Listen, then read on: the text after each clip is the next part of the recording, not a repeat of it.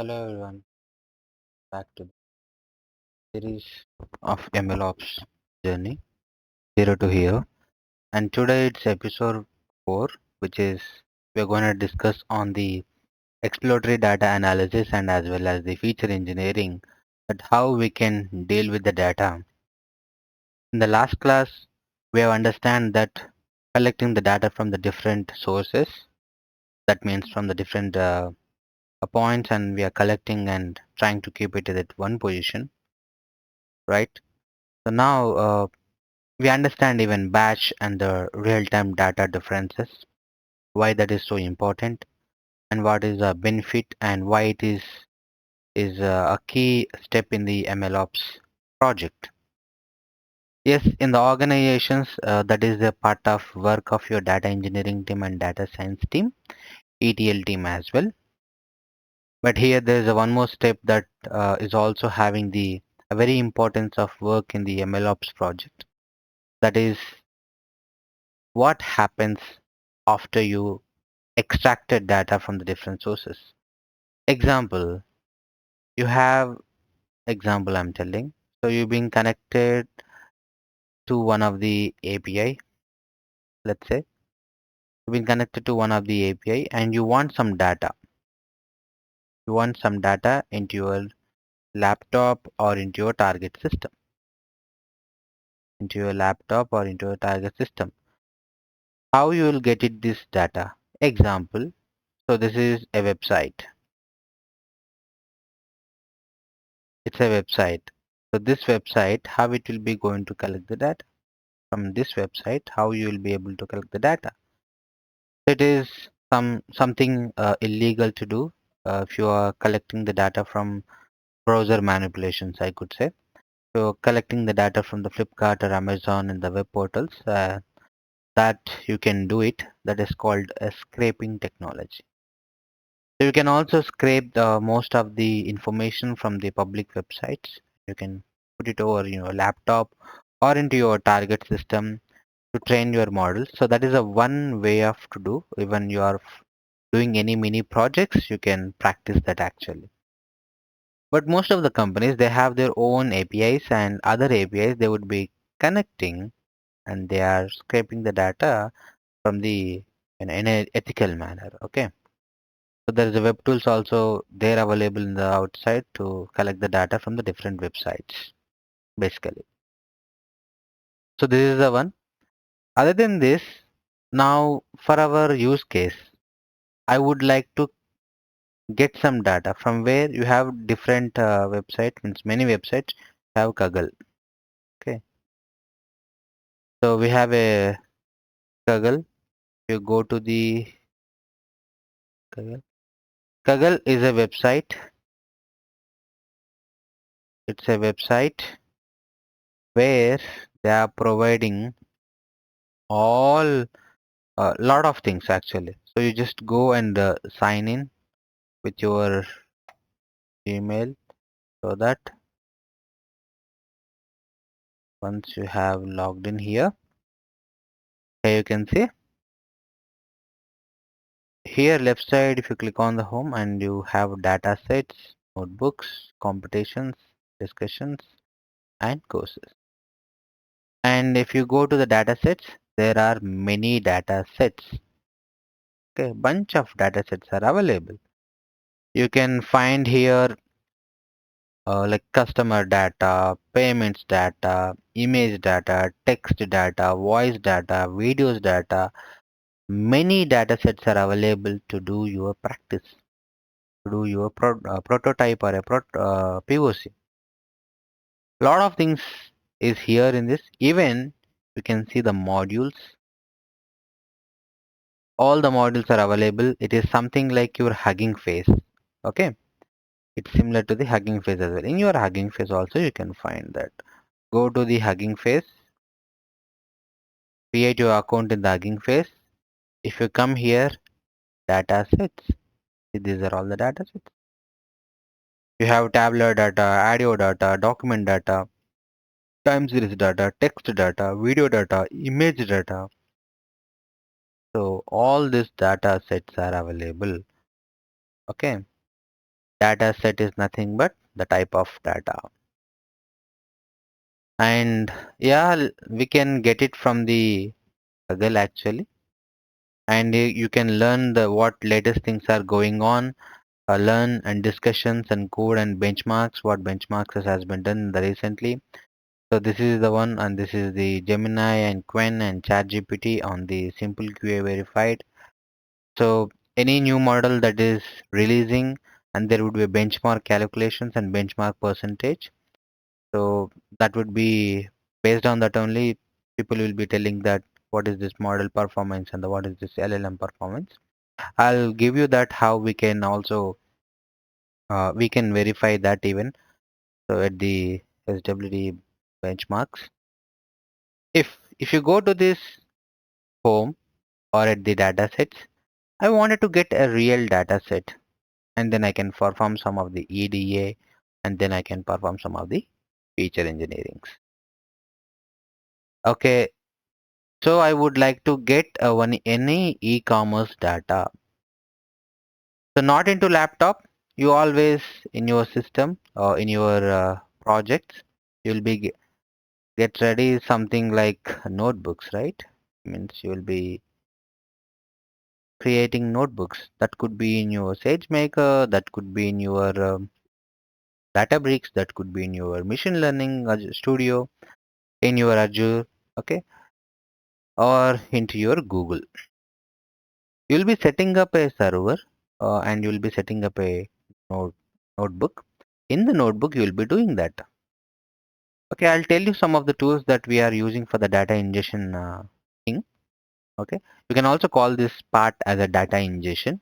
The last part, EP03 and the EP4, you can combinationally you can call it as a data ingestion, where you are bringing up the data and putting into the your system. Okay, so you're trying to make it as a finest data and trying to put it into your target system, nothing but your project system in one of the tool or one of the cloud platform or at your storage side. Okay, so then you will be processing that. Again, from the processing, we have the different tools like Spark and all. Here, I need to set up this notebook. Means I need to do a kind of activities, right? What data science team will be doing? First, they will be doing on the local environment. Okay. How they will be doing sometimes, they will be also connecting this system, this particular system to their laptop. Because in some of the organizations, this is the possibility. They will be connecting to the laptop and they are doing the local developments here. Local developments,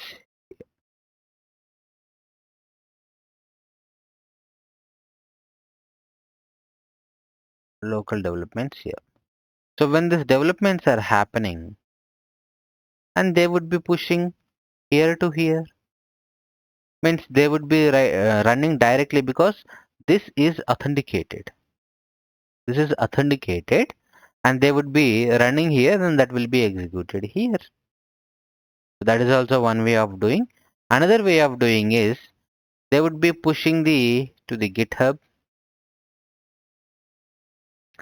From there it will be fetch and here you can run the cells. Here you can run the cells actually. These are the cells, code cells. And then you are running like this multiple cells here. Means as part of your exercise in the experiment. And there will be a, you have collected some data here. Okay, you collected some data here. Example, this data, you load it into this your environment and you done some of the you done ingestion with some of the tool or from the airflow or somewhere, this part of getting the data and keeping into your target system, and then you have all the code blocks with your Python and you ran. When you run and there will be a one output, right? A one output.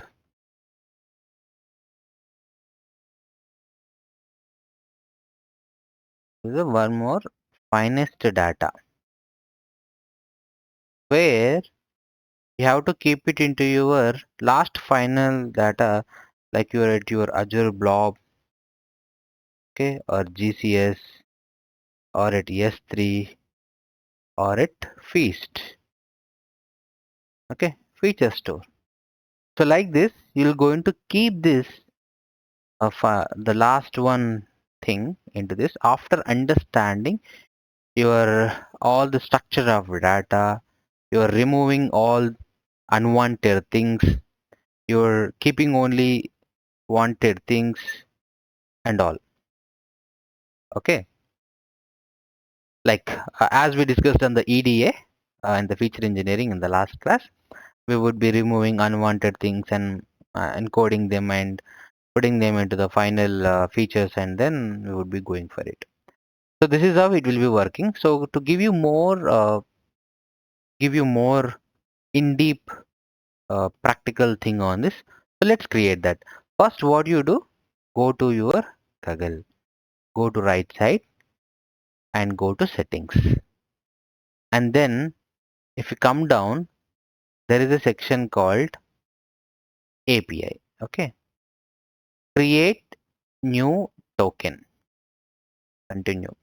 Then it will be downloading one, uh, this one, Kaggle, this one. Okay, so then that is a JSON. The JSON should be in your system. This should be loaded actually. This should be loaded so that you can create. Now you can go and create your Google Colab. Let me cancel this thing. Okay. Go on Google Colab. Go to your Google Colab.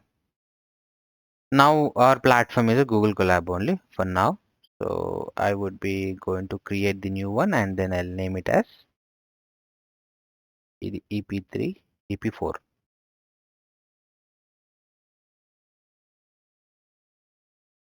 EP4, EDA, and FE. Okay, that's it. Little bit. Yeah. In the left side, you can see nothing. There is nothing here actually. So first of all, I would like to install few things. Sample data is there, but we don't want it. It will come automatically. So I wanted to install the minimum dependencies, the libraries, what are all needed for my thing. Okay.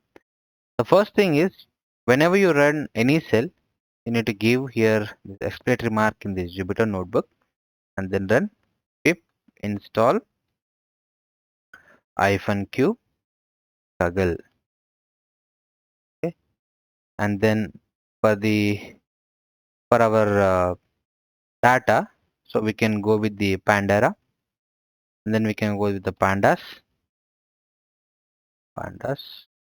then we can go with the NumPy, then we can go with the MATLAB and Cbun scikit-learn. Okay, that's fine.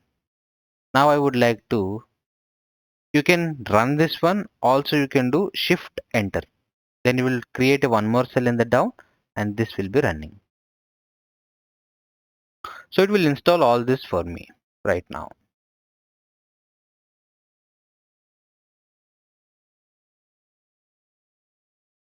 Done.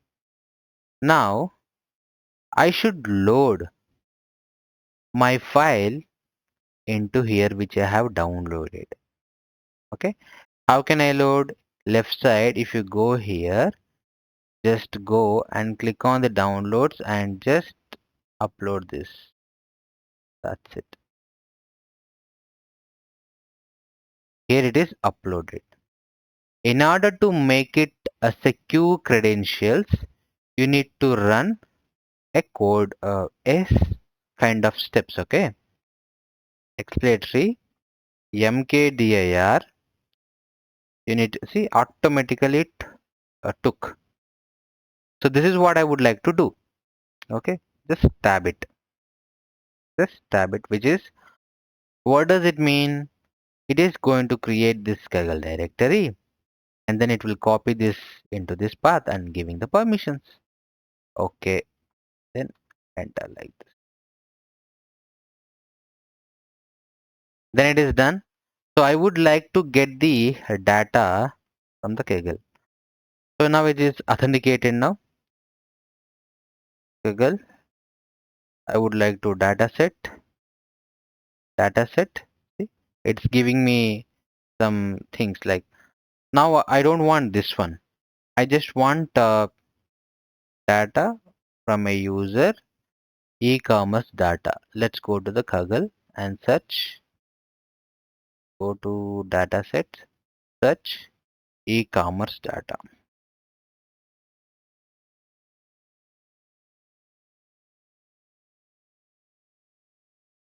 So there are lot of data sets are there. Commerce. So there are lot of data sets. You can go and take them this data set. But I just wanted to have, I can see there's a good data.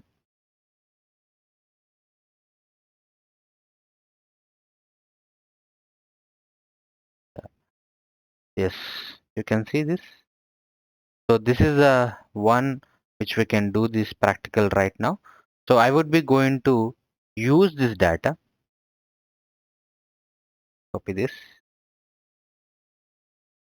come to your this one and put it here. Okay. And then it will be going to download a zip one. Okay. But in order to unzip that, we have to give unzip e-commerce data zip and do shift enter. The left side you can observe that it is downloaded this one and data CSV it is created. If you click on this, how to, okay, you need to download and view it actually. Then you can able to see it. Now I would like to import my required libraries for it. So for that, let me come up with a block where I'm importing pandas for data, numpy random generation, Pandera and for column data and data from schema and matplotlib and C1. Okay, then I can run this. So these are the required libraries for our this particular step or particular this exercise. Then I wanted to load this and I wanted to inspect this raw data. I just wanted to understand what is this data, how this data came. Uh, there is only, okay, data.csv is created. Let's create a one more, this one. What I would be saying, df is equal to pd dot read csv, data csv automatically came. Okay, so just tab it. Most of the cases your encoding means most of the cases it is going to solve your problem. But what I wanted to know about the means info and describe. I wanted to see more about that. Let's say after running this, you could see invoice number, stock code, description, quantity, invoice data, unit price, customer ID, and country. You can also convert into the table here. So this is the data we are, means we are reading like last the first five uh, lines of this means first five the information of this data set. Okay. So, but I wanted to know this what's actually means what is this numbers and what is this description and all in your Python. For that, you can give df.info.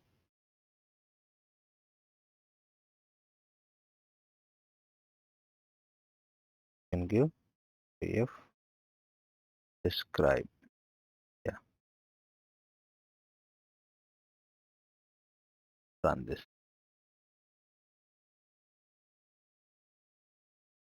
You can see here. This is null count, all are object, integer, and float. So you can see, so two floats and integer is 1 and objects are 5.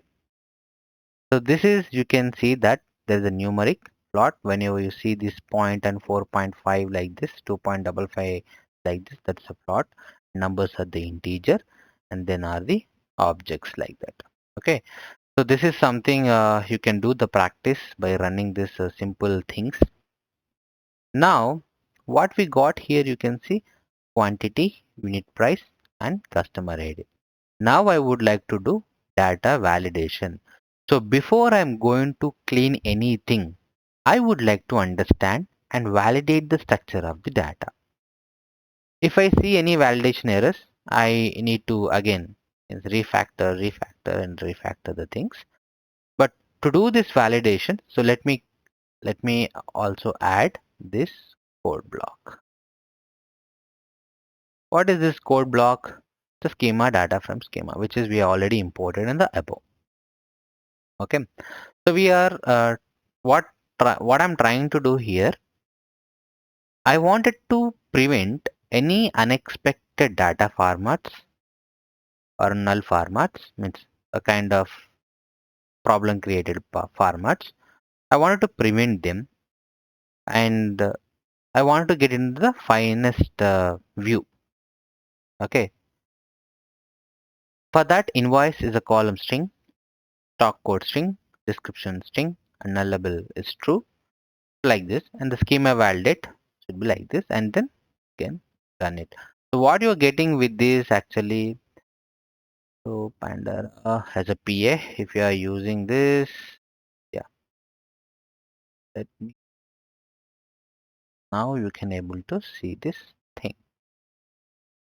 What is actually here? So this is my, I would like to validate the structure. The structure of here, these things, country, customer ID, unit price, invoice date, quantity, description. Oh, okay. So, and these many things are there in the continuation. I can see here there's a gap. You can see. This.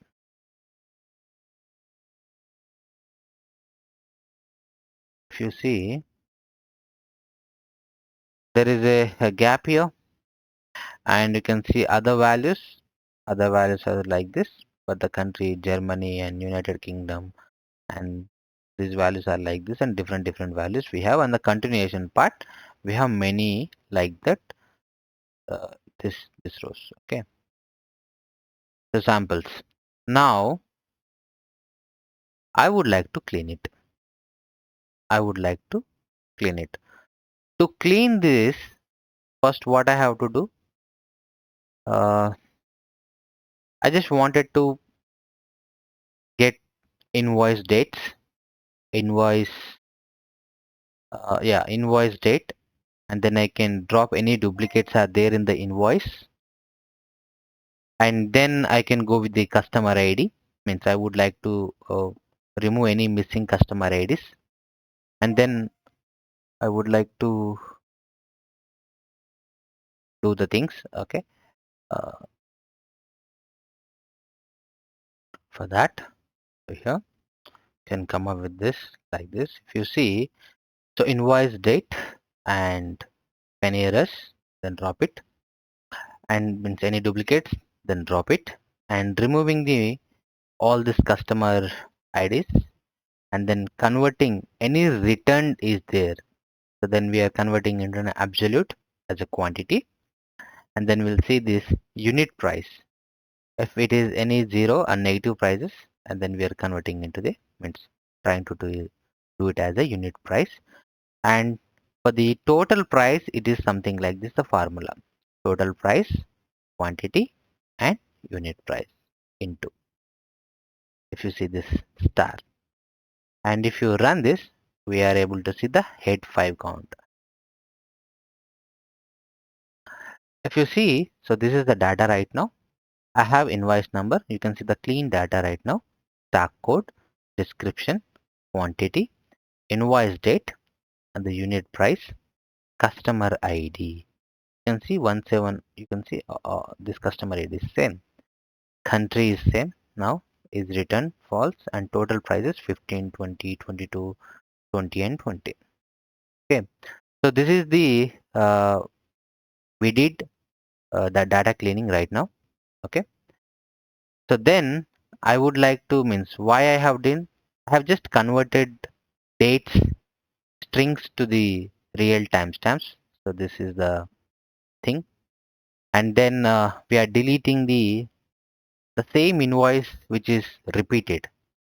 The same invoice which is actually repeated. And then we have removed uh, the customer IDs from the rows actually.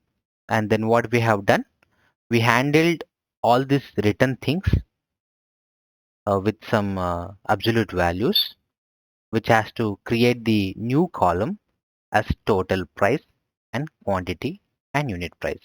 If you wanted to understand this, if we download this, I would be opening this as an Excel.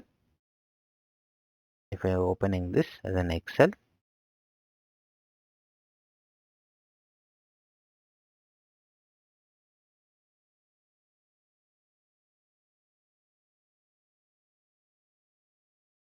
can see here, country is there, customer is there, customer data is there, unit price is there, okay, description there and stock code is there. But the total price is not there. We are creating that. So for our model training and understanding, we will be doing this. So this is after lot of discussion. Is it mandate or not at your use cases? Then only you'll be going for this kind of steps. Now let's do the exploratory data analysis. To understand, before I'm going to do any modeling like data training and all, I would like to understand these things. So just I wanted to see the columns still having any missing values or not. DF, I think is null.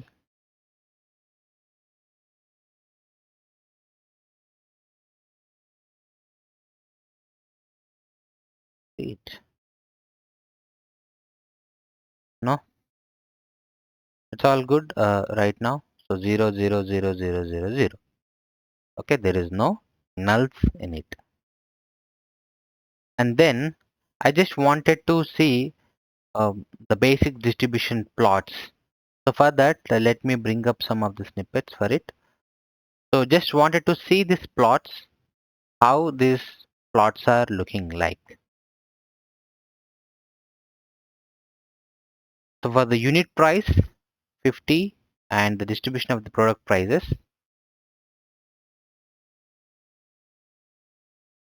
So this is how the count and the unit price.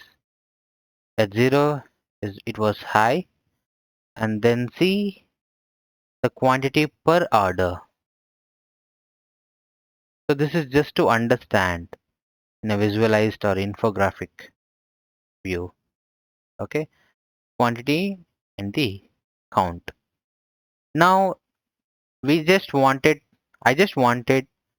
to get orders, to get the orders on a country wise, or like countries by the orders or the orders by the countries, I would say.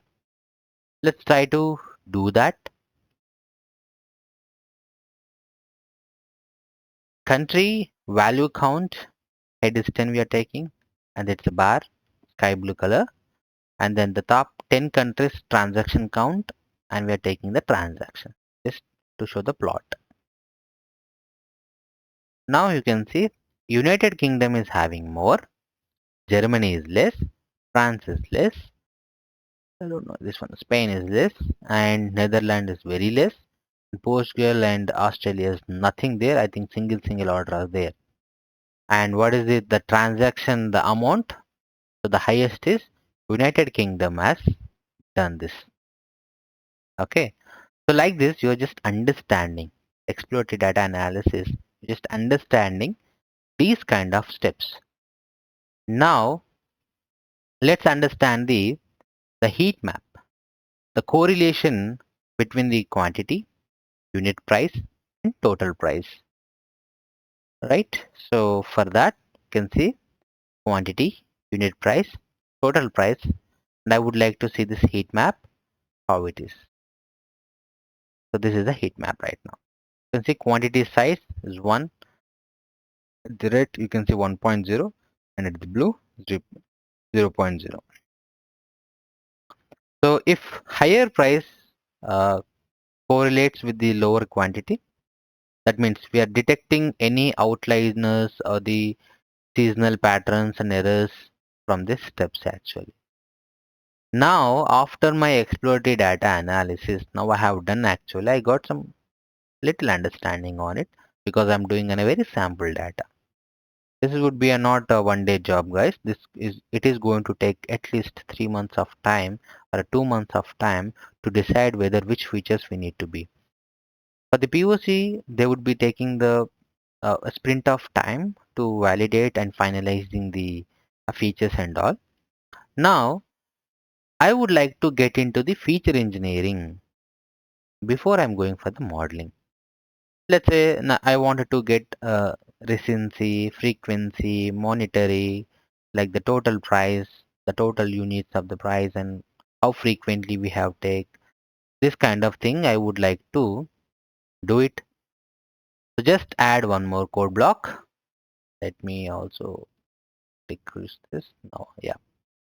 And then for that, I have added one code block where it can easy to get it, many of your GPT.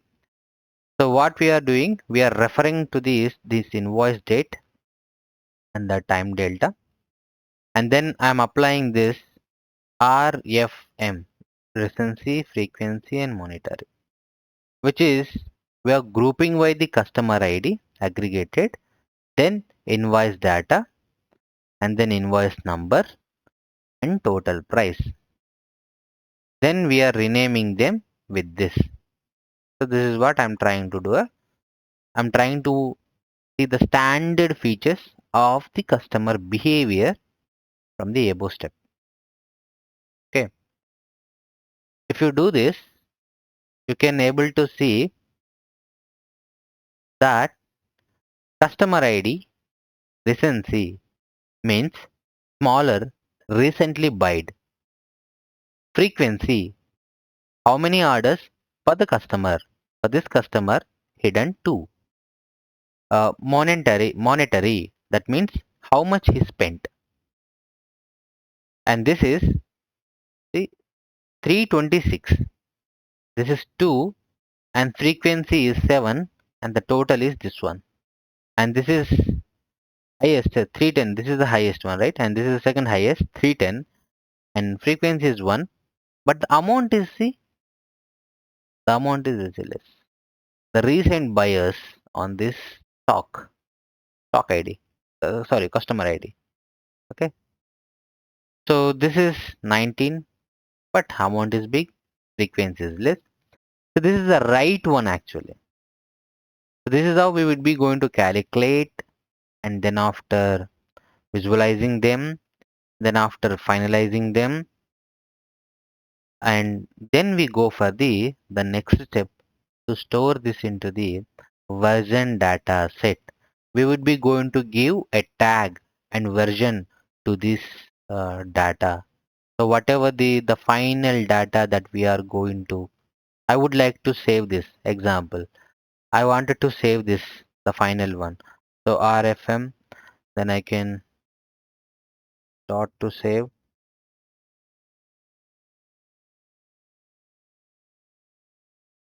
CSV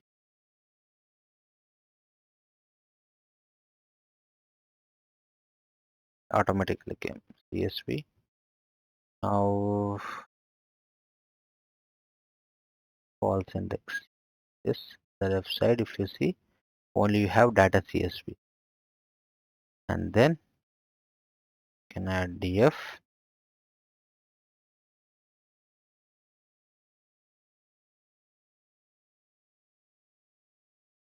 cleaner data, run it. I guess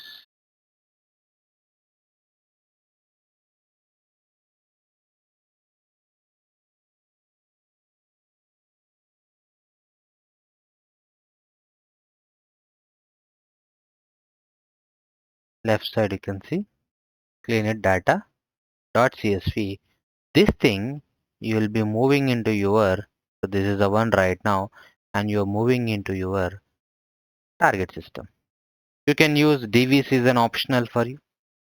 You can use BigQuery for this process and all, and you can keep it over somewhere. Means by doing this exploratory and all these things, and then you can keep it uh, your data into S3 or the blob storage or somewhere where your system is into fit. And from there, and then you can go for the model training. Okay, so that we are going to cover in the next video. Please go and look at it, this notebook I'll be going to share under this video. And if you would like to get any mentorship and any career guidance, then just please go see a link under the video description. There would be a link where you can book my slot. Thank you everyone. Thank you very much. We'll meet you in the next video.